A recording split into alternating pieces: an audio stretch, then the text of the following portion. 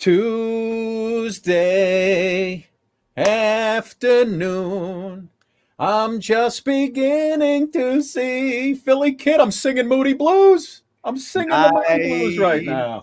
In white satin. Breathe deep the gathering gloom. Watch lights fade from every room. Phil, what a show we have tonight. Suk had to take off. She's got this satellite radio tour going on for TLC. We've got Ira Rosen in the house. He's got this insane new book, Phil, Ticking Clock, Behind the Scenes, 60 Minutes, some great stories. This guy has broken some of the biggest stories in the history of our news in this country and overseas. And we also have Alan Hewitt, keyboardist with what happened to you? My computer's losing battery or something. Oh, okay. We've got Alan Hewitt, the keyboardist from Moody Blues. He's going to join us around 8 o'clock. Phil, are you ready to kick off the show? I am ready, sir. We're coming back in 3, 2, and 1. The Suki and Scott Show. It's musical. It's magical. You guys nailed it. You're great. You ask great questions. You listen. You guys have such amazing energy.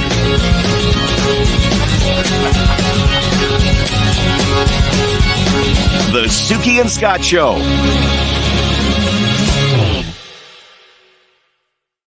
Yes, indeed, Philly Kid. You got everything fixed and worked out over there? You all right? Yeah. It's my computer's charging now. I don't know what happened. I've had that happen to me. I've had that happen to me a few times where we're doing the show and all of a sudden I see the computer has 1 minute left and I'm like, I'm not plugged in. Yeah, that's embarrassing. How you doing, my man? Suk's off tonight. We got a great show for you to be co-hosting. Everybody's lining up. Are we rolling on your page as well? I'm sharing up as we speak. Share it up. Sean's here. Jeannie, Sharon, Deborah Littleton, Jeannie Clay from all over the country. What an amazing show tonight, Philly Kid. I mean, Alan Hewitt's coming on from the Moody Blues. Ira Rosen, the author of Ticking Clock. He's a longtime producer, former producer now of 60 Minutes with Mike Wallace and managing, dealing with all the big egos over there. So it is going to be just an amazing show tonight. I did a little sound check with Alan before. He's all set up with the keyboards. He popped in a little Tuesday afternoon. I was like, oh, that sounds good. Sounds good. Yeah, I love it. What's going on over in OKC? You guys, is it getting any warmer for you or no? Yeah, it's warming up. It wasn't too bad today. I think it was 50 something, but all the snow has melted off. It's even dried up a little bit over the last couple of days. The storm damage is, everybody's digging themselves out and kind of repairing that stuff. All right. So doing good. Well, listen, Philly Kid, lots going on. Only good stuff here. I found these guys on TikTok today. Right. I love the TikTok pranksters, right? Because I'm 53 going on 12. So take a look at what this guy did to his wife. Thanksgiving turkey about to be carved. Watch this.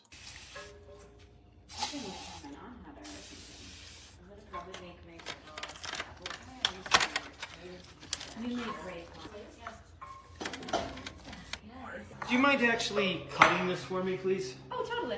Cool. Yeah.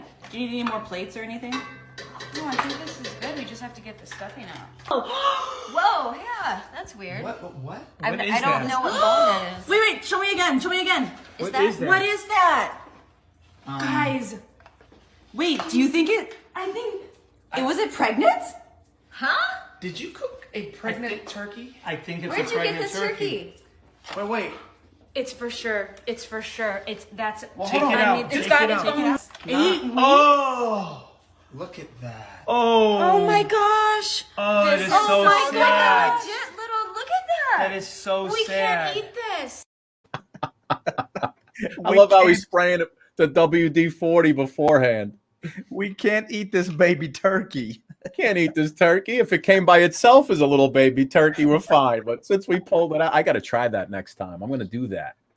Oh, that's hilarious. That's a good one, man. That's a good. And then one more to the same people. So these two guys, I guess they play this game It's called spoons, right? So you have the spoon in your mouth. One guy ducks his head, and you have to hit the other guy on top of the head and see who could do it harder, right? Right. And it's the spoons in the mouth. So one guy's getting jived by his friend and his girlfriend. Take a look at this. Watch what they do to him. It's not fun. It's not. Okay, all right. It's technique. All right, okay. Put your head down. Your technique. Get your head down. All right, here we go. Okay, go. I'm gonna get you. Oh, what was that? That was fly? my teeth. Was that a fly? All right, my turn. You bend down. You bend down. Doing it? Oh!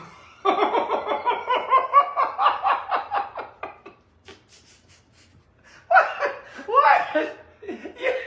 What? Are you moving your neck? What are you doing? What are you doing? When you do it to me, you gotta go. Ooh. I am. No, you're not. Here, try it again.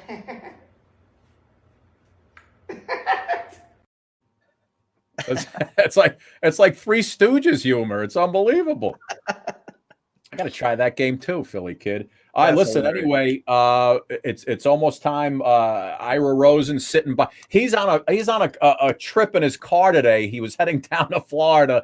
Ira's pulled over. We got a good signal. He pulled over just for the show. So we're going to get to him in just a second. And Alan Hewitt from the Moody Blues coming up a little bit later on, around 8:05. So Philly kid, we're going to get to Ira when we come back right after this. This magic moment.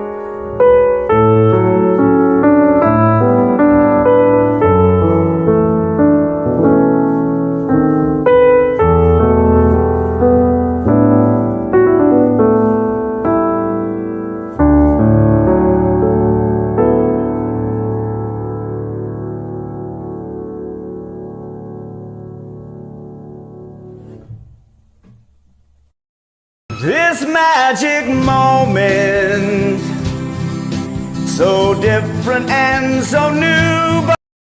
That's our guy Ming, Phil, all the way from Singapore. You see what he was doing with those coins? Yeah, that's amazing. That guy, number one, he's got the best Wi-Fi connection on the planet. Absolutely, from Singapore. It's always perfect. But yeah, he blows our mind as usual. Unreal. All right, Philly kid, listen, Ira Rosen's got this new book out. It's called Ticking Clock, Behind the Scenes at 60 Minutes. He was an Emmy award-winning producer. I mean, the guy's got a lot more than we do, I could tell you that. And it really kind of just tells what was going on in the newsroom, on stories, dealing with guys like Mike Wallace and all the big personalities. And the book is just taking the broadcasting world by storm. Let's bring Ira in. There he is. Hey, Ira guys. Rosen, How are ladies you? and gentlemen. How you doing, Ira? Good. I'm on I-95 heading down to Miami. Got my 2 shots. Feeling great, feeling free. It's liberating, Oh, you got you got 2 vaccine shots? I got my double vaccine, yeah. And my wife and I and our little dog is headed down to Miami, and we're ready for some action. I love it. Show us that dog again. Here we go. This is Rory. Oh yeah. Goodness. It looks like my dog. Hey, say hi, Rory. Rory, how are you, buddy? Ira, Hey. so listen, you know, I as a news guy myself, right? I mean, Phil and I were talking about the book earlier today. I started, you know, breezing through a couple of things. And there's so, I mean, listen, I could talk to you for an hour, but we're going to jam it all into about 20 minutes or so. I want to start with really toward the beginning of the book. There were two things that I absolutely loved. And we're going to start with the actual call that you received from Don Hewitt, the legendary producer, the guy who created 60 Minutes. He called your house to offer you the gig. He got your mother on the phone. And the conversation between the two of them was fantastic. My mother would have had the same conversation. Tell everybody what happened on the exchange with that phone call. So let me set the scene. I bounced around to a number of journalism jobs. I couldn't make it in Fresno. I couldn't make it in Long Beach. And I moved back into the room I was living in when I lived in high school. And so now I'm working at WOR-TV, which most people didn't even know had a news division. Yeah. You guys probably remember it had the Joe Franklin show, $1 Million Movie. I worked there too, bud. Hey, there you go. 1515 Broadway. So Don Hewitt had seen a story I'd done. And so he calls my home and my mom answers. And like most of us, we kind of tune out the conversations your mother's having on the phone. And he says, "Hi, I'm Don Hewitt. I'm with 60 Minutes. Is your son Ira there?" And she says, "Oh, Don Hewitt, you got a lovely wife. And what are you doing?" "Oh, I'm making a kugel, a potato pudding." And so yeah. So, I haven't had a good kugel in a long time. So they're having a good time talking. And so Don says, "Listen, I'd like to offer your son a job as a producer on 60 Minutes. My mother says, he's not interested. He's got a job already. Thanks for calling." And he, no problem. So she takes his number down, hangs up. And I kind of heard the tail end of the conversation. And so I said, "Who was that?" "Don Hewitt of 60 Minutes. He wanted to offer you a job as a producer, but how many jobs you need? You got one already." And so I immediately rushed to the phone, called Don, and he says, "Hey, kid." By the way, they never call you by the first name. It's always kid. Yeah, kid. Yeah. So they said, "Hey, kid, I don't know about you, but I like your mother. So if she doesn't want the job, tell her it's hers." So needless to say, I kind of wanted the job. And so I go in there the next day and I meet with Hewitt. And, I felt immediately at ease with him because, I learned the art of storytelling growing up. Yeah, there's Don and Mike, the two people who taught me the business. Yeah. And, I learned the art of storytelling in the Catskill hotels. I used to work the lights at night, from the comedians, Jan Murray, Red Buttons, Henny Youngman, right? Henny Youngman. "Take my wife, please." Or, "I'm going to take my wife to a place she's never been before, the kitchen." So it has a beginning, middle, and end. It's kind of a few words, but it gives you a lot of motivation about what it's about. And Don said, "Hey, that's where I learned storytelling." And so we immediately were in simpatico. The problem was, he said, "It doesn't matter if I like you. He has to like you." And the he was Mike Wallace. So he walks me down the hallway, and Don was trying to make me feel comfortable. Mike wanted me to feel uncomfortable. So Mike says, and it's still one of the great questions I've ever been asked in my life. He says, "I know what I can do for you. What can you do for me?" And I didn't have a good answer because, I was a 26-year-old kid with less than 6 months of TV experience. Wow. And so I said to him, I noticed he had a tennis ball off to the side. And I played on the Cornell tennis team. So I said, "Do you play tennis?" And he said, "What's it to you?" And I said, "Well, I was on the Cornell tennis team." And he said to me years later, he said, "That clinched the job for me," because he figured I could get 6 months of tennis out of me before firing me. And that's how I got my start. That's awesome. Unbelievable, man. Unbelievable.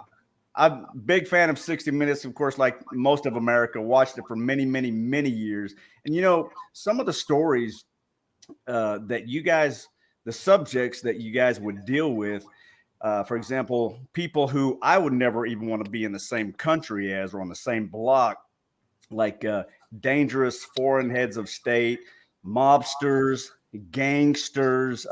How did you guys deal with that? Did you ever have any second thoughts of who am I talking to here? I was in Pakistan And what happens is when you're in a dangerous situation, you kind of, it's much more dangerous when you're in New York than when you're in Islamabad. Because when you're in New York, you're worried about it. When you're in Islamabad, you're already there. You don't thinking about it. So one night, I got to know this guy Razi, who was he was the Al Qaeda representative in Islamabad, and his English was better than mine. He had been educated in England, and he'd been running the Red Mosque there. And so I went to do an interview with him. And, this is a guy who believes that Israel was behind 9/11 and, all this stuff. So he gave us the interview. And then afterwards, we went into the back of the madrasa, and my CBS fixer was with me. And they got into a heated argument in Urdu. And I didn't, this guy was pretty calm. Nothing rattled him. And I'm sitting there like a dummy. I'm smiling and, ha, ha, ha. And then he grabs me and he pulls me into the car. And we sit down in the car and he's heaving. And I said, what just happened? And they said, they were discussing whether they're going to make you another Daniel Pearl. Daniel Pearl was the journalist who was beheaded in Pakistan. Yep. And he said, my brother is the police chief in Kohat, which is a nearby town. And if they kidnap you, he's going to track every member of your family down and slaughter them by morning. Oh. So that bought us like a minute of time to basically escape. But I was disappointed in myself because my personal radar had shut down that moment. And I didn't detect the danger that was there for me. I've done other stories with gangsters. I mean, I was talking to an old friend of mine who read my book, and she and I worked together in a newspaper, and she said, oh my God, I cannot believe you did that. I remember you telling me the story. And what I did was I knocked on one of the top gangsters in Detroit's house. I went to visit him, and I knocked on his door, but I brought a pizza pie. And there's something about the urgency of a hot pizza that gets everybody to stop in their tracks. So what I did was I opened up the box and I said, hi, Ira Rosen. I'm with the Oakland Press. I have a hot pizza here. It's half pepperoni, half mushroom. I prefer the mushroom, but if you insist, I'll eat the pepperoni. And I let the smell kind of go into his home. And it's like an aphrodisiac. These guys, you can't resist it. The smell of a kind of fresh, hot pizza. And so, I said, listen, I just want to talk to you for a minute. I want to share a little bit. I didn't eat dinner tonight, and he invited me in. He had a slice of pizza. I had a slice of pizza. He didn't say anything. He said, leave your card. And I left my card, and he calls me up a week later and he says, you got balls. And I said, I know. And I said, I don't want to know about you. I want to know about the other crime family. Just tell me about it. And so he gave me some stuff, and it's called leveraging information. So you leverage what he told me. Then I went to the other crime family and said, hey, you won't believe what those guys are saying about you guys. And so I was able to play one against the other, and I had a couple of weeks worth of stories out of it. It's wild. And listen, we're talking with Ira Rosen. He's the author of Behind the Scenes at 60 Minutes, Ticking Clock. Ira, the funny thing that I read, again, I think it was right in the introduction, and I was fortunate enough to be in the news business when we started to get internet and everything was digital and it was real easy to get your information. You spoke about how when you started, there was no internet. The newspapers you got were 3 days old, and how you guys used to fly around from city to city. You'd go to the airport and say, next flight out. Yeah, you didn't care what city it was. You flew to that city to find stories. Yeah, we called it airport roulette. And basically what you do is you go to the counter and you throw your credit card down and you say next flight out. And here's the thing. The karma is you have to go to the next flight out. Even if the flight after is going to LA or Vegas. Sorry, Charlie. You got to go to Dayton, Ohio. That's where you're flying to. And so you get there. And then what I would do is I'd get all the newspapers and I'd look through them and I try to find something. And if there was an interesting story, you stay, you make some phone calls. And if there wasn't, you head back to the airport. Boom, next flight out. And after 3 or 4 days, you'd find an interesting story. See, part of it was all the producers were very competitive with each other.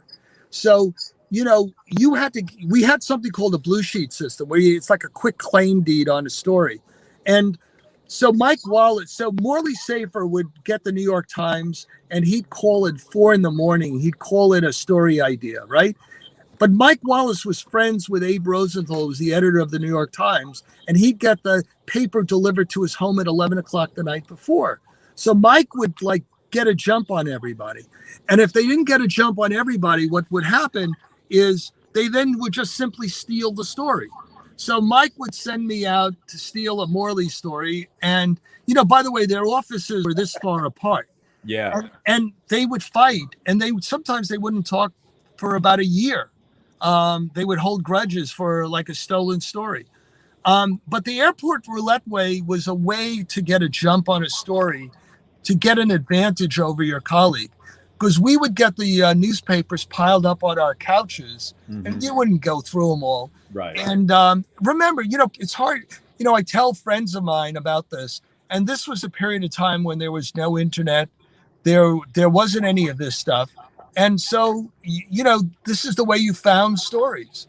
You know, I did a story once on imagine coming to your office. You guys have offices there, and you see a brown envelope sitting and waiting for you. Yeah, I love this story. And so here's the envelope, and I open it up, and it's the Majestic 12 documents. The Majestic 12 documents was the secret UFO files that showed that there was a conspiracy at the highest levels of government in the 1950s to protect the secrets of the UFO that crashed at Roswell. Yeah. And I'm reading this document, and it's totally looks legit. It's perfectly typed. It has governmentese kind of language, and I'm reading it, and I put it back in the envelope, and I sit there for a minute, and then I open it again, and I read it again. And I said to myself, I can't tell anyone about this. I have to work it. And so I go to the Library of Congress, and I go through the Library of Congress files, and lo and behold, I see another comparable Majestic 12 document. And I begin to compare them, and I realize it's a phony document. People listed on the distribution list are dead, or the times are off, and that somebody went so far as to plant a phony document in the Library of Congress to try to get me to do the story. And so I put the document away. I don't think much about it. I put it in my top drawer. I tell my colleague next door who worked at the BBC about it, and he said, "Oh, I'd love to do a feature about it." So, you know, dumb me, I give it to him. And next thing I know, it's like the UFO conspiracy, Majestic 12, biggest story. And I get a phone call from Hewitt and Wallace the next day. Hey, kid, you got to get on this story. I said, Don, Mike, I've had this story for weeks. I mean, what are you guys talking about? I've had this story. And then I walked them through my reporting on it. Right. And they kind of understood it was phony. When the FBI finally was called and to look at it, they planted a word on the document that I'd never seen before on a document. They put the word bogus. Bogus. I mean, an FBI document that has, I mean, it's like, who thought of that? It was brilliant, right? So some, you know, that's what I've often said. Some of the best stories I've done are stories that I've never done. Because you report it and you don't want to embarrass the organization you're working with. And you just don't do it. You know, I did a story. I was looking into Pan Am 103. And we got a guy who was an ex-Mossad agent, he said. And he said the reason Pan Am 103 was shot down was there were CIA guys on board the plane. That was over Lockerbie, Scotland, right? Exactly. I had a friend of mine from college was on that flight. Oh, my God. Lost a friend of mine from college. I never Yeah, forget. and so I worked it, and sure enough, this, quote, Mossad agent was really a fired El Al security officer who was kind of, you know, shopping this thing. And so I told my boss, and he said, well, but Time Magazine's going to make this the cover story. I said, fine, let them. They'll have to do a retraction. The only choice I'm giving you is, do you want Chinese food or Italian food for lunch? Otherwise, you're not doing it.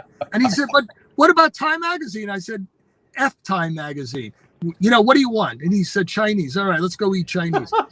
So Time put it on the cover, and they ended up having to do a retraction later on. So that's why I often said some of the best stories I've done are stories you've never heard of. That you've never heard of. Wow. Yeah. So, you know, a lot of people like to listen to Andy Rooney over there. You got any good Andy Rooney stories? Oh, I loved Andy Rooney. Andy Rooney used to walk the hallways, and he'd always complain about the New York Giants. That was his team.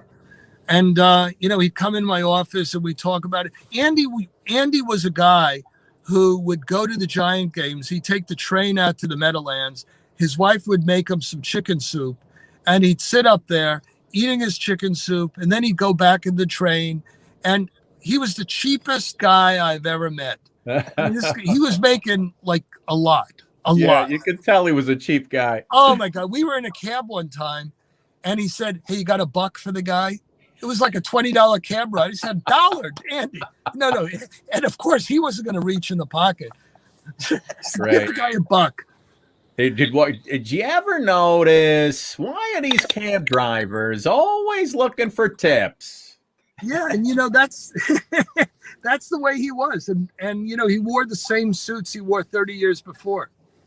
I love it, man. Ira, let me ask you a question. I noticed one of the topics in the book is about you. The stories you tell. I'm a huge fan of Blacklist. I almost feel like I'm listening to Ray Reddington tell these stories, about intrigue and espionage. The Gambino and Bonanno crime families. Is there a story in there about them telling you who they feel was behind the Kennedy assassination? Yeah. Look, how much time do we have left? A minute, 2 minutes? No, you got time.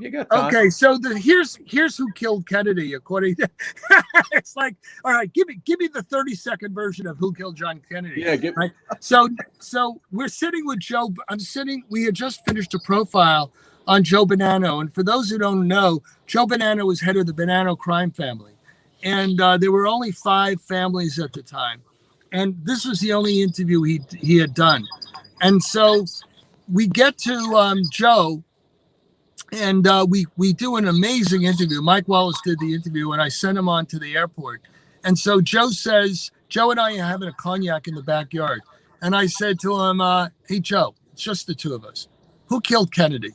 And he said, when the Kennedy assassination happened, he called down to Florida and he spoke to Santos Trafficante, who at the time was the ruling boss of Miami. And Trafficante told him, "Listen, Miami and New Orleans will take the heat for it. New York's absolved. They don't have to worry." And at the time, New Orleans was Carlos Marcello. And so, Joe said to himself, what the hell is he talking about? So he sent one of his consigliere down to Miami to find out what the hell he's talking about. And so they went down there and they found out that they tried to kill Kennedy. This is according to Bonanno. They tried to kill Kennedy in Miami with Cuban exiles, and they didn't get the shot or whatever. And so they took care of him in Dallas with a Corsican hit team that themselves were eliminated. Wow. And Joe never asked about it again. This is the story he was told. He had other things on his mind. But actually, Joe did tell me something that is quite interesting. I asked him, I said, as a kid growing up in New York, the two people who I kind of always sort of had a secret admiration for was Sandy Koufax and Meyer Lansky. And I said, was Lansky that good of an accountant? Was he that good of a money guy? And he said, "What are you talking about? He had the picture." I said, "What are you talking about picture?" He said he had the picture of J. Edgar Hoover and Clyde Tolson, his deputy, having sex together. Oh, and he said that was what his value to us is. He had the picture. If you remember, for the longest time, J. Edgar Hoover said there was no such thing as organized crime. Even after Appalachia, he said there was no such thing as organized crime. So, by the way, in that last picture, put it back up again. Now, do you see the guy off on the corner? That's Bill Bonanno. So you got Joe Bonanno in the middle. Right. And his son, Bill Bonanno, is off to the right. So Bill and I became friends. Bill was the consigliere of the Bonanno crime family. Wow. Bill wrote a book himself about, where he talks about the Kennedy assassination. And he says that Johnny Roselli, who was a Chicago gangster, was in a sewer and shot Kennedy with a rifle. So, years later, I'm now doing John Gotti Jr. John Gotti Jr. was head of the Gambino crime family. He actually served as head of the Gambino family longer than his father, John Gotti Sr. So I asked, and there he is. There's John Gotti Jr. and myself and Steve Croft and Joel Bach, our associate producer. So I asked him about that story, and he said, "What are you talking about? Johnny Roselli could never make the shot. He had bad eyesight." So the problem with these kind of stories is, these guys hang out in these social clubs, and they talk, they tell stories, they break balls, and it's in a weird way. The analogy is, and I don't mean to demean firemen, but it's kind of like being a fireman. It's like hours and hours of boredom and moments of terror. And the gangsters usually sit in social clubs and play cards and play pinochle, whatever they're playing. Yeah. And they tell stories. So some of the stories are a little true. Some of them are a lot true, and some of them aren't true at all. The problem is you don't know which is which. Mm-hmm. And so they tell these stories, and they're highly entertaining, but you're not going to start a Senate congressional committee based on what they're telling you. Yeah.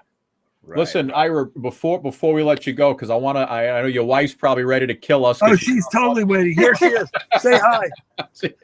She's like saying, what do you guys thought it was supposed to be 5 minutes, right? I know. I feel like a gangster in a social club. Oh, listen, I hope there's nobody's got any eyeballs on you right now. My dog wants to be walked, so make it quick.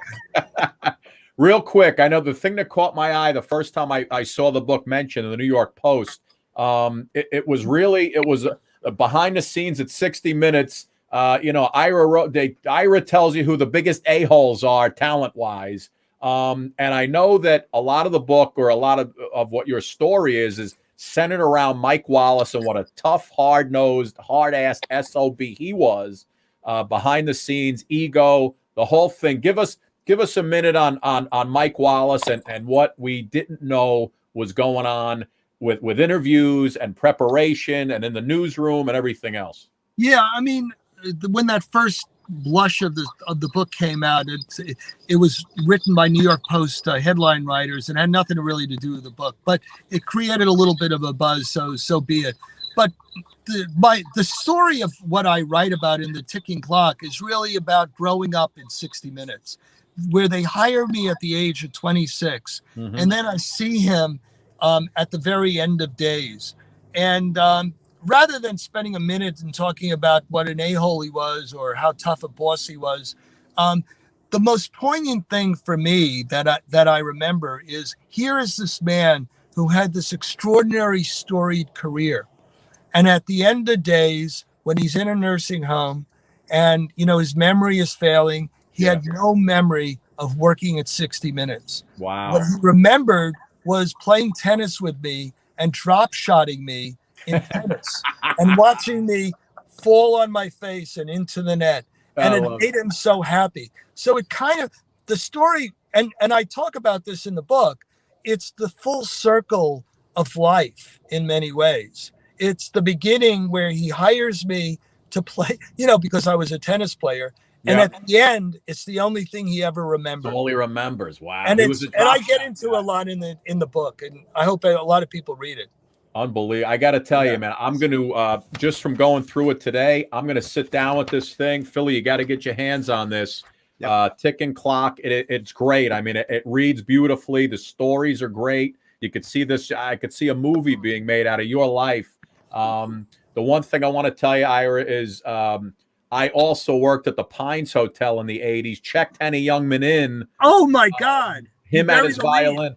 Yeah, him and his violin gave me a $2 tip. I'll never forget Henny Youngman's $2 tip at the Pines Hotel.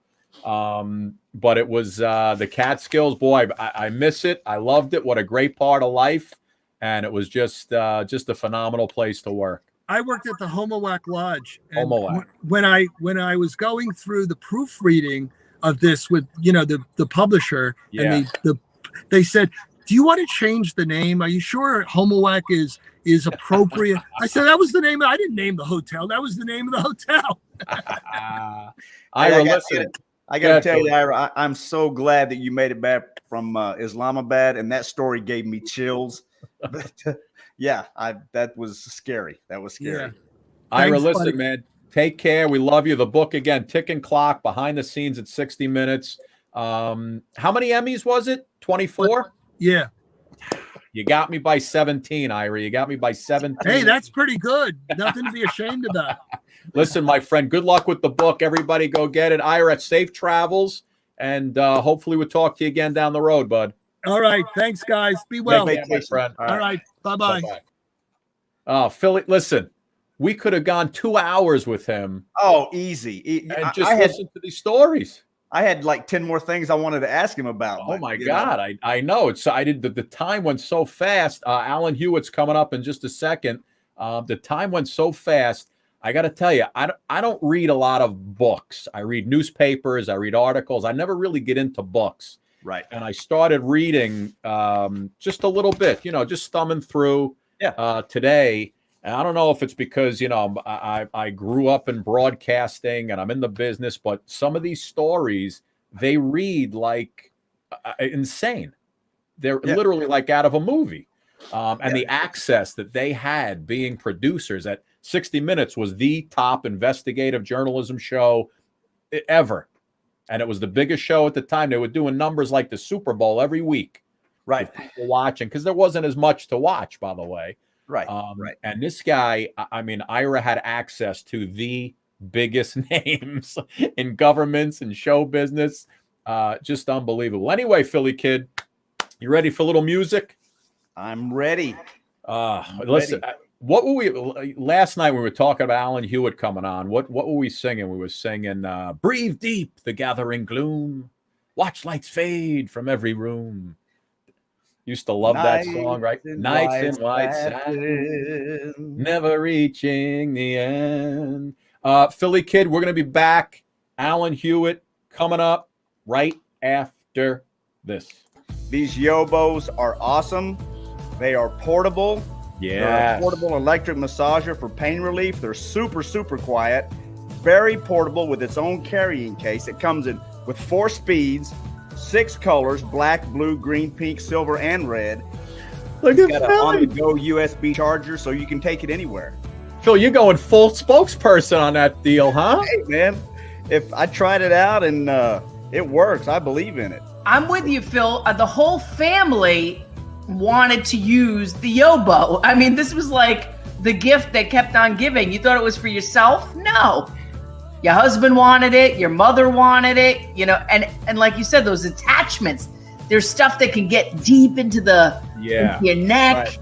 And listen, the folks at Yobo informed me that, the last time we were on, they got so many orders because if you type in the code Suki and Scott, you get free shipping. Right to your house. That saves you a bundle right to your house. Now, listen, if you're a guy, if you have a boyfriend, a husband, a father, guys love this stuff any time of the year. So just order one for them. Or yourself. Or like, yourself. How many people have been pampering themselves? Nobody's been pampering themselves during the pandemic. And this is a great little way that you could sit in the comfort of your own home and like massage yourself. And, like so many people we all live by ourselves. So, you might not have somebody to like rub your toes or your back. And so this does it for you. Suki's always worried about somebody rubbing her toes and her back. It's unbelievable, Phil. She's always worried about that. Yeah, let's. Ladies and gentlemen, if you're just joining us, Suk's off tonight. She had her big TLC radio satellite tour today. She texted me, Phil. She said one of the DJs from one of the stations, I guess she was on in Kansas, said that he was watching the show last night. He loved Jonte Black, the magician. He said, "Hey, I was watching you guys. It was a great show." Nice. Yeah, good stuff. All right, listen, Alan Hewitt, he's been part of the Moody Blues for a long time, since 2010. He's got his own group, One Nation. They've got some new stuff out. Here's a little intro, and we'll talk to Alan on the other side.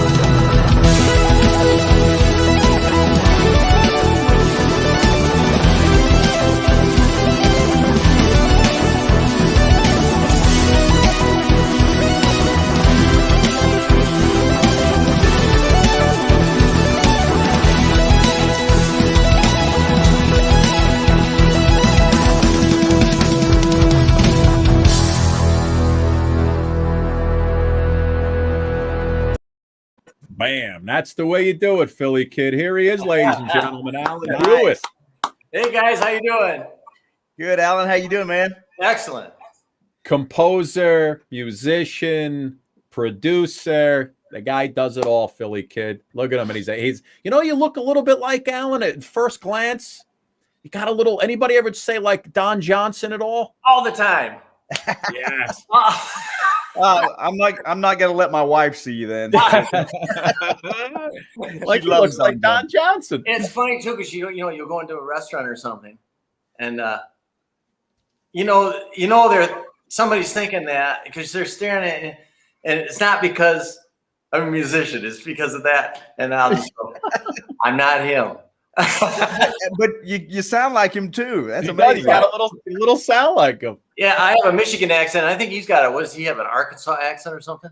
Yeah. I bet he doesn't. I bet he doesn't play the keyboards like you though. No, but he did pretty good in his day, didn't he? He had a little music thing happening. Yeah. Wasn't bad. He did okay. Hey, that lead-in video looked like some social justice type stuff. Tell us about that. Well, that's kind of the whole thing about this song. It has a social spin to it, obviously, because of everything we've all been through, and tried to take a positive side on it. But it just, all the different things that we've gone through about the narrative and people talking bad to each other and all that kind of stuff. So. I just got tired of it and just decided to, write a song, and we all, as a band, put it together, and that's what came out. Yeah, and let's distinguish between the two. So you have a band called One Nation, a group, right? That's aside from touring with the Moody Blues you've been doing since 2010. Yeah, and believe we'll get into them in a second. Cool. But the song you guys are talking about, that was the intro to We're One Nation, the song you're talking about, Phil, that you just brought up. So I'm going to give you about 1 minute and 15 seconds of that part. Take a listen, and you'll see what Phil's talking about. All right.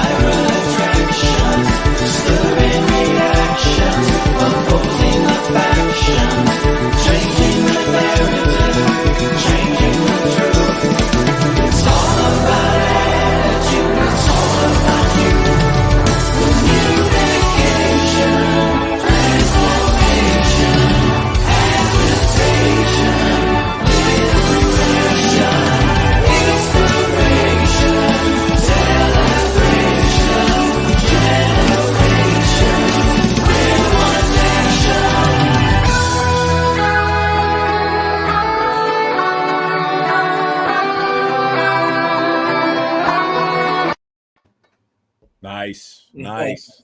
I just put that on my playlist. All right, good man. That's one of those. Yeah, that's one of those songs. It gave me chills, and I really appreciate what you're doing, man. I mean, that's great. We have so many problems in this country that I just want everyone to get together and love, and that's the message right there. It doesn't matter what our different ideals are. It's just, listen to everybody. And you can have your own opinion. That's what we're about, right? Yeah, absolutely. Absolutely. That's it. I'm sorry the songs are so long. In this kind of format, we're prog and fusion. So the songs are more composition. So they can be 6-7 minutes long. Yeah, it's like 7 minutes long. I noticed that. I'm like, he's going Knights in White Satin on this thing right here. Well, yeah, Knights is about 6 minutes long, I think. Gotta be about right. That was always, even when I was a kid in college doing the radio station, you got to take a break, run to the bathroom, you throw on a little Knights in White Satin or a little Stairway to Heaven, and you got plenty of time. Exactly. Those were the days. Those were the days, man. Those were the days. That's true. So, Alan, listen, Moody Blues, right? So you get this. How does that happen? 2010. You get a phone call. Somebody sees you. How does that work? Yeah. Robert Norman, who is the agent for the Moody Blues, gave my manager a call and said, you know, does Alan want to go out on tour? Because at the time I was doing a lot of film and TV stuff, and usually, you know, as soon as you leave town, that can go away.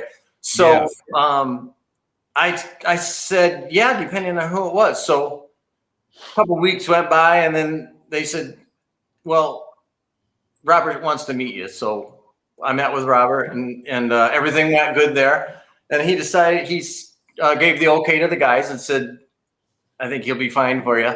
And what happened is there were several other guys. There was a guy from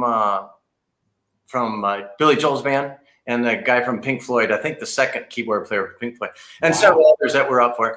But anyway, short story, they called back and said, hey, you got the gig. So it was first they told me who it was, and I said, well, yeah, that would definitely, I'd love that.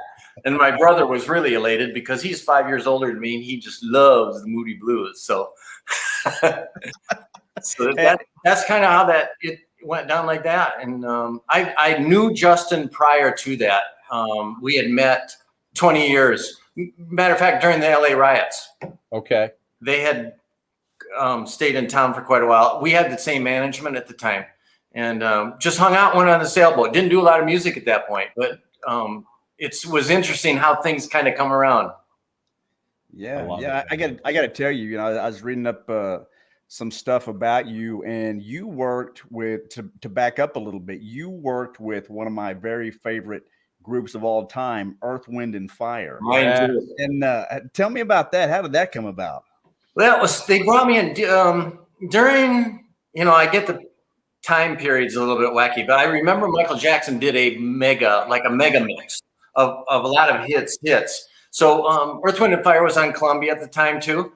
And they asked, you know, can you guys put a mega mix together? Well, Maurice, I'd done some other stuff for him. He said, you know, can you do this for us? And so we got together, and I created, because at that time we weren't sampling stuff, we were actually creating it. So went through and made like a 12-minute song of all their hits, you know, Boogie Wonderland and September and all those great songs, Fantasy.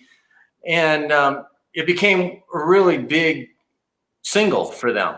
And so we started just working from that point on with the Japanese love Earth, Wind and Fire. And we did probably 20 Japanese records from all their labels over there, Atlantic, Warner Brothers, everything. And then also some things for Jonathan Butler and stuff like that. So it was a really great thing. And what happened is I moved my studio into their studio. So we were always there, and we could work together if not. And if we did, you know, and he's right next door. So great guy though.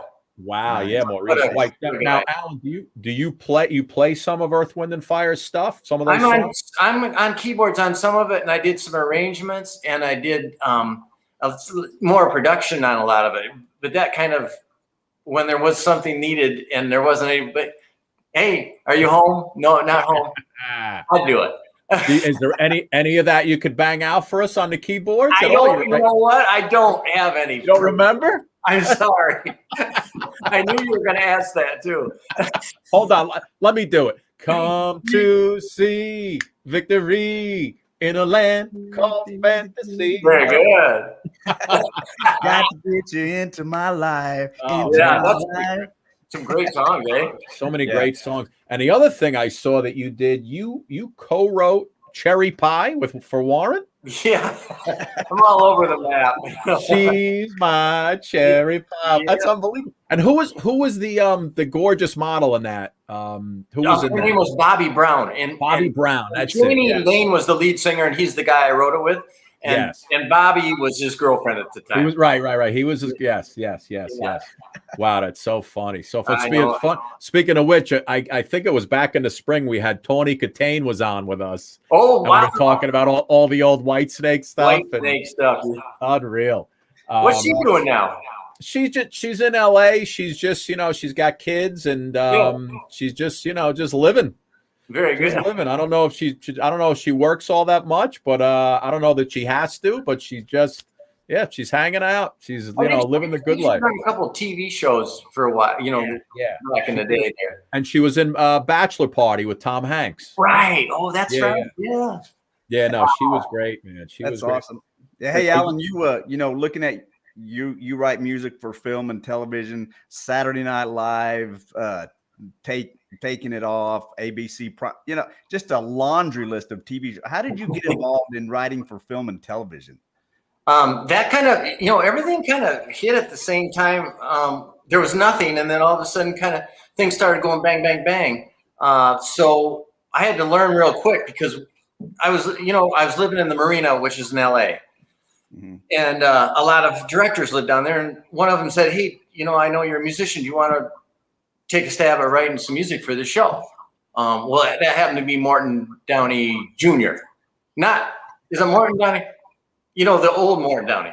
Morton Downey, yeah. So it was his show, and from that point, I just did a lot of their shows and just started really getting good at writing the picture. And then I would get other things from other music supervisors and did Survivor for all of Latin America and you know, stuff like that, and different commercials, Yamaha commercials and stuff. And it just kind of always in this big bag of music.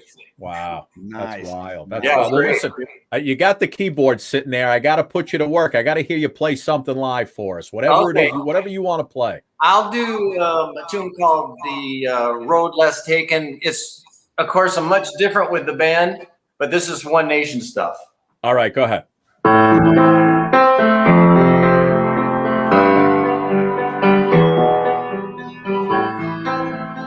Think Joe Satriani. Thinking Satriani. Go ahead.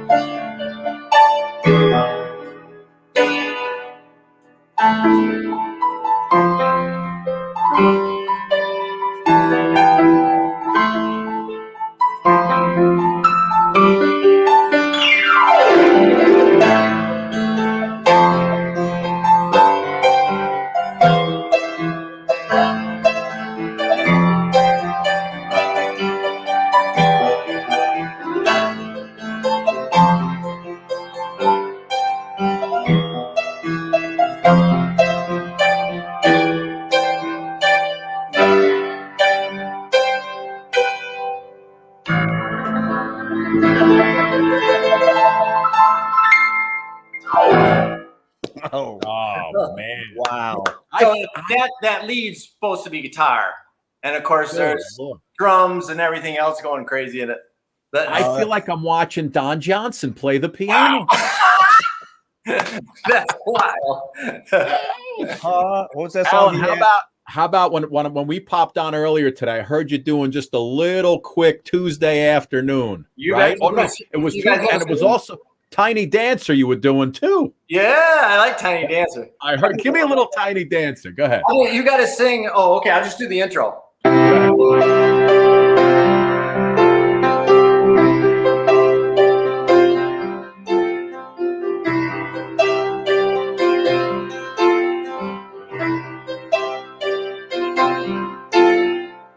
Go ahead, Phil.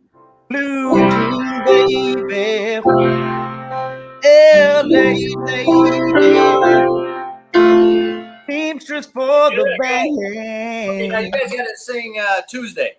So we'll just do the part that goes.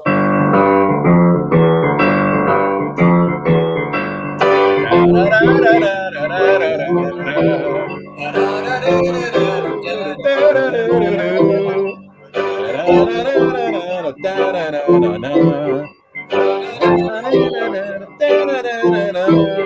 tell you, I don't have those lyrics.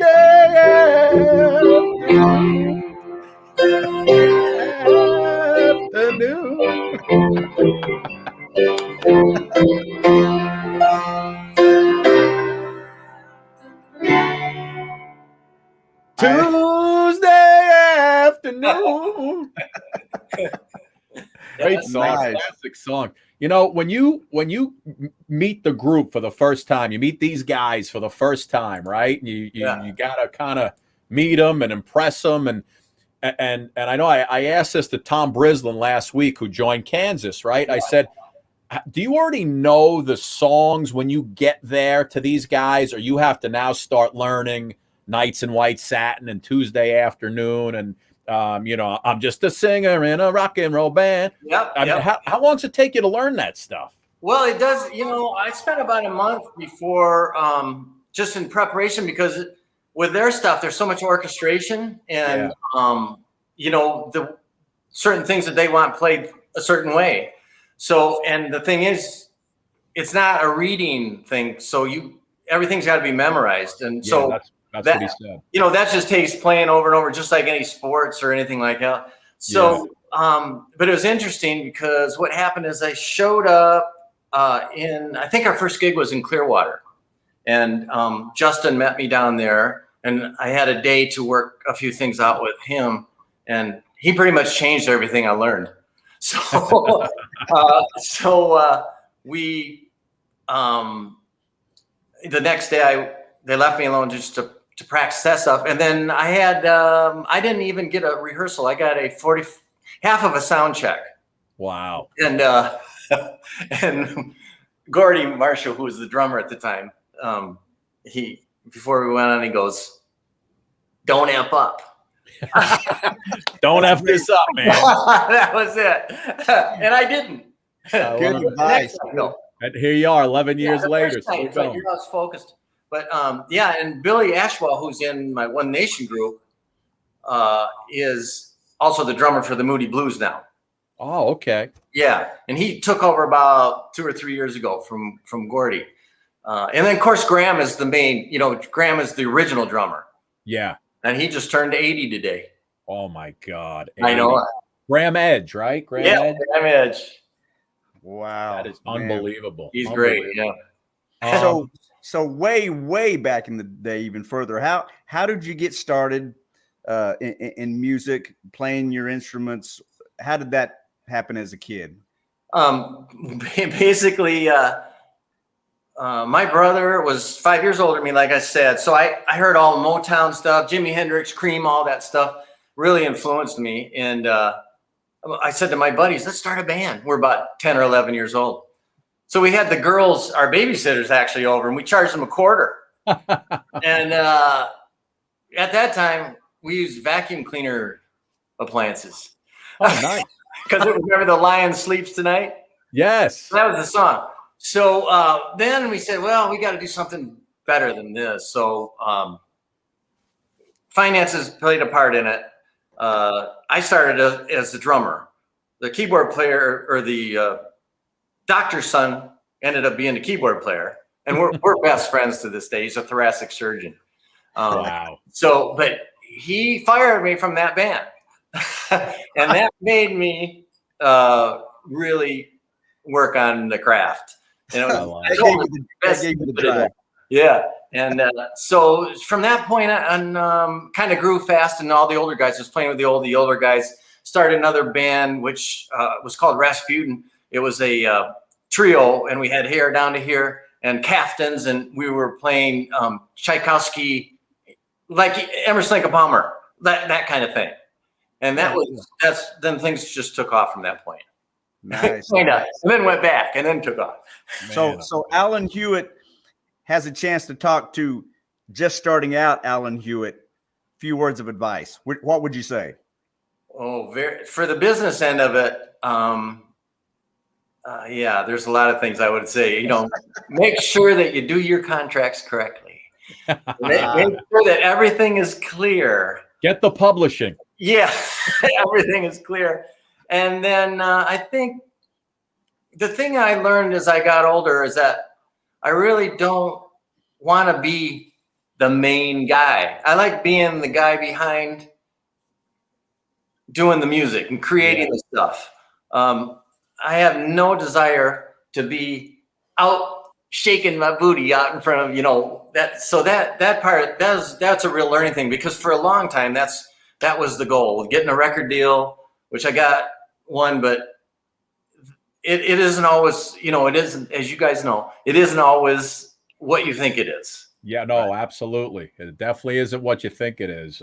Perception's not always the reality. No, you know, I think you just have to love what you do and not worry about the consequences of what you get or what happens, but just enjoy what you do. Enjoy it and things fall into place. Now you got One Nation you guys are blowing up, and we played earlier the song We're One Nation. Yeah. But you have another one called One Step Closer. Yeah. Which I really liked also. I want to play a little bit of it as well, because this one, is this on the same album? They're going to be all, in the summer. We're actually putting it all together now, and we're kind of doing a single at a time, because there's a lot of the people, you know, can you do something? So we do Facebook Live things. We bring them, like you're doing, bring them out and do a couple of things like that. And then by the summer, we'll have it out and we'll have the whole thing, because it's a little bit slower process, because what I'm writing it in my studio and then I send it out to the guys, because we're growing up a band. I want this to be a band and not me and the band. It's a band, and these guys are like super musicians. So forget it. It's really cool. Wow. Here's a little bit of One Step Closer. I mean, with really, elite magicians, elite musicians and magicians with the instruments. Yeah. Take a look.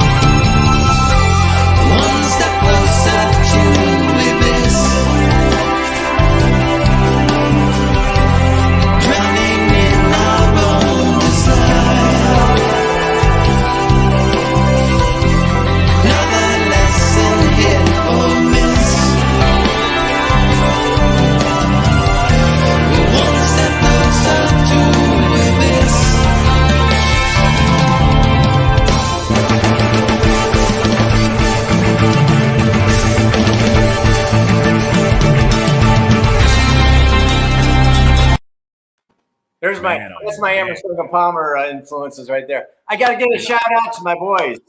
So we got David C. Johnson from the Neville Brothers on bass, Duffy King on guitar, and Billy Ashbaugh on drums. And Billy was in Sync and Pat Benatar, and then of course David's in Neville, and Duffy's my longtime friend from Michigan. That it's so great to be playing with him again.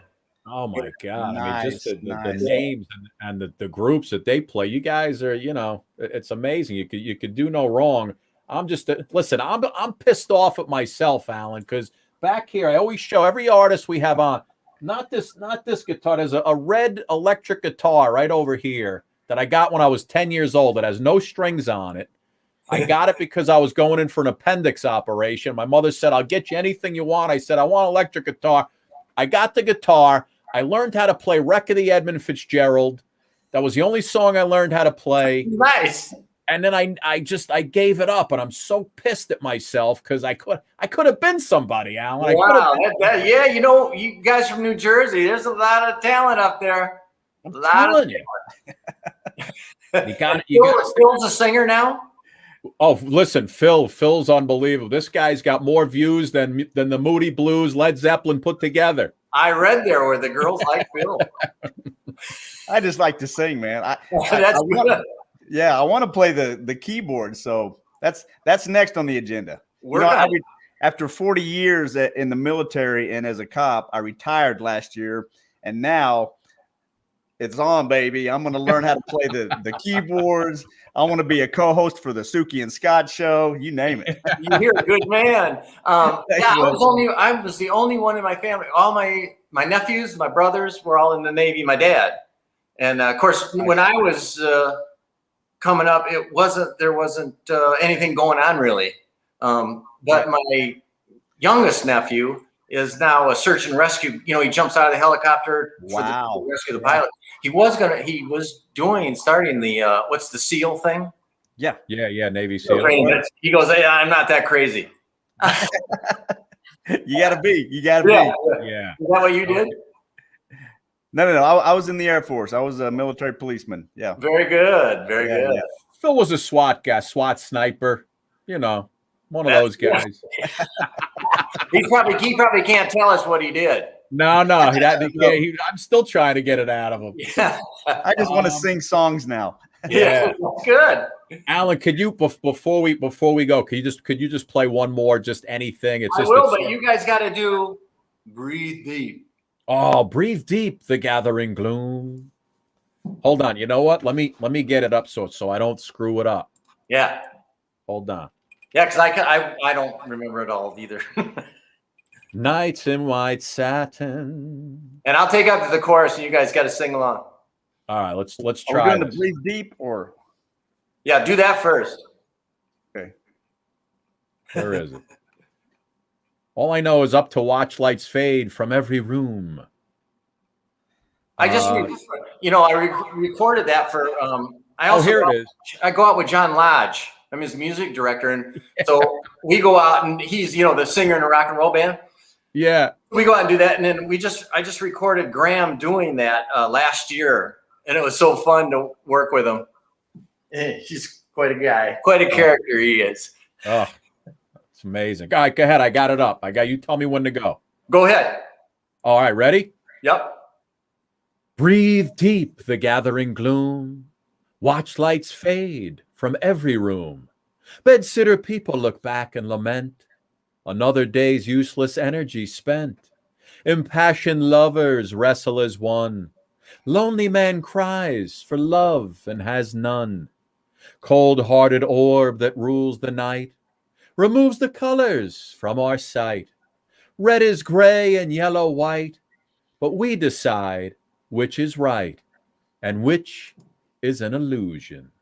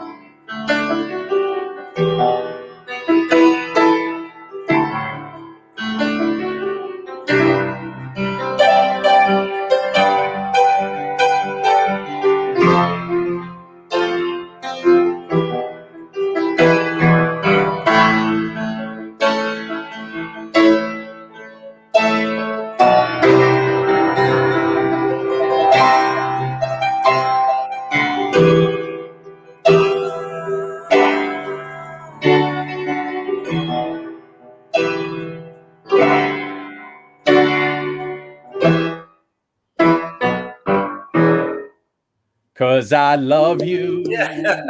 We don't want to sing and ruin that, man. It's beautiful. No, that's all right. Oh, wow. Chills. They gave me chills. That's great, Alan. Listen, man, we love it. Thank you so much for taking some time. One Nation. It's what is it? We're One Nation is the song. One Step Closer. When the pandemic's over, Moody Blues you guys will start doing your thing again, right? Hopefully, and definitely be out with John Lodge too. And then One Nation's going to go out around September. We're hoping, and so should get busy. I'm hoping for the Roaring 20s. That's what happened after the last pandemic. So we're gonna get things going. If anybody needs any information, if they want to hear the songs, it's Alan Hewitt and OneNation.com, spelled out with an N. So Alan Hewitt. And again, If they just Google it, it all comes up. You see your stuff on YouTube. It's fantastic. Exactly. Philly Kid, I give you the last word, Phil. Say it again. You get the last word, my friend. Again, go check out Alan and One Nation stuff, man. It just again, I've downloaded just what tonight right now. Put on my playlist, so you guys do the same. It's all beautiful. right. It's beautiful. Alan, thank you, but our audience Thanks, loves you. Scott. Thanks, Phil. You guys I really appreciate having me on. Yes, And sir. all the Moody Blues fans, hello. I haven't seen you in a while. They're here. Believe me, everybody's writing up along the side here. Oh, good. Thank you, my man. One woman actually said she thought you looked a little like Davy Jones. I'm not seeing that. It's not bad. He was a good I'll looking. take whatever.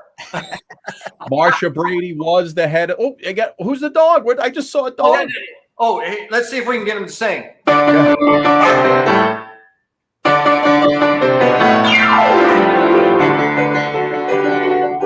not gonna do it.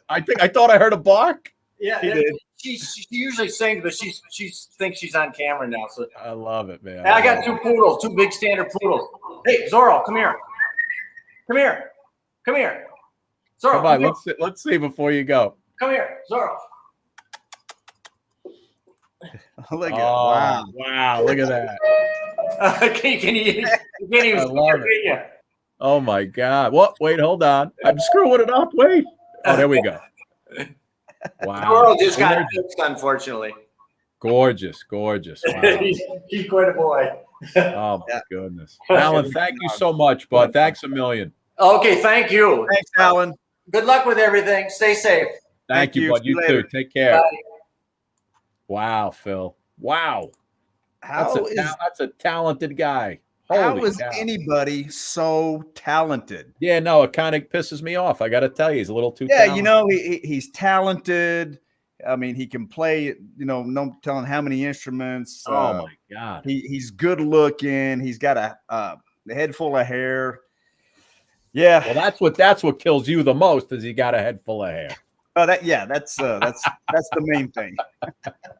Oh man. Well, I'll tell you it's a great show. You haven't even sang it all yet, and you know all the women are like, when's Phil gonna sing? When's he gonna sing? Yeah, I'll knock out a couple. Then my wife's got pork chops and mashed potatoes and corn. Little pork chops and applesauce. Pork chops and applesauce. See again, Sure. you know what? I didn't want us to sing while he was playing because with these on digital on these, it just screws it all up. Right. So Yeah, I didn't want to ruin his beautiful music. Oh my God, man! I mean, how many people can say they did the poem from Nights in White Satin with Alan Hewitt? I have that on my record now. Yeah, and you know what? You reading that, reciting that was Broadway stage caliber.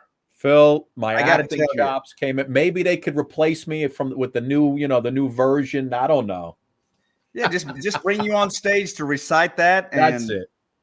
You know, Breathe deep the gathering gloom. Watch lights fade from every room. beautiful. I gave Go you ahead, baby. I don't want you to miss dinner. So give me a couple tunes, and we'll wrap up what was a phenomenal week. Okay, let's do a little. I got this request. A little Elvis Presley, and we're caught in a trap. Yeah, baby. I can't walk out because I love you too much, baby. Now why can't you see what you're doing to me when you don't believe a word I'm saying? We can't go on together with suspicious minds, and we can't build our dreams on suspicious minds. So if an old friend I know stops by to say hello, would I still see suspicion in your eyes? Now here we go again. You're asking where I've been. You can't see the tears are real, I'm crying.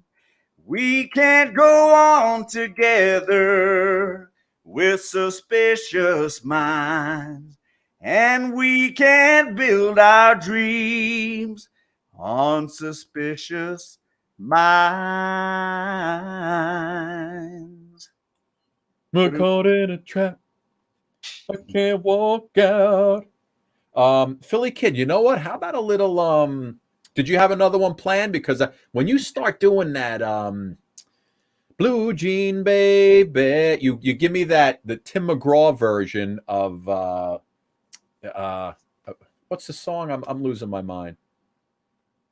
She was the seamstress for the band. Blue Jean Baby. What's the name of the song? I can't think of it. That was Elton John. Yeah, and Tim McGraw covered it. Elton John, Blue Jean Baby. Yeah. You married a music. Oh, Tiny Dancer, for God's sake. Yeah. Blue Jean Baby, LA lady, seamstress for the band, pretty-eyed, pirate smile, you'll marry a music man. Take it, Scott. Ballerina, you must have seen her dancing in the sand. Go. And now she's in me, always with me, tiny dancer in my hand. Jesus freaks out on the street, handing tickets out for God. Turning back, she just laughs. The boulevard is not that bad. Hold me closer, tiny dancer. Counts the headlights on the highway. Phil, you want to see something funny? Somebody just sent me. Yes. Online, there's a Topps trading card of me. WWE. Nice. You know how much you can get it for? 1,000, 2,000. You're close, Philly Kid. 99 cents. Oh, wow. That's the steal of a lifetime right there. A WWE. This one's $1.21 plus $2.41 for shipping. So collectively, that's a $3.62. So I guess with shipping, it's $3.62. Might be able to get a cup of coffee with that card. Oh man, Philly, do one more, and then I swear I'll let you go have dinner. Baby, I need your loving, although you're never near. Your voice I often hear. Another day, another night, I long to hold you tight, 'cause I'm so lonely. Now, baby, I need your loving, got to have all your loving. Now, baby, I need your loving, got to have all your loving. Some say it's a sign of weakness for a man to beg. Then weak I'd rather be if it means having you to keep. 'Cause lately I've been losing sleep. 'Cause, baby, I need your loving, got to have all your loving. Now, baby, I need your loving, got to have all your loving. Yeah, baby. Good night, sweetheart. Well, it's time to go. Good night, sweetheart. Well, it's time to go. We hate to leave you, but we really must say, oh, good night, sweetheart. Good night. Thank you, Ira Rosen. Thank you, Alan Hewitt. Philly Kid, another great job. We'll be back next Tuesday, everybody. Phil, go eat some dinner. My friend, tell your wife I said hello. Pork chops. Go have some pork chops and applesauce. See you later, everybody.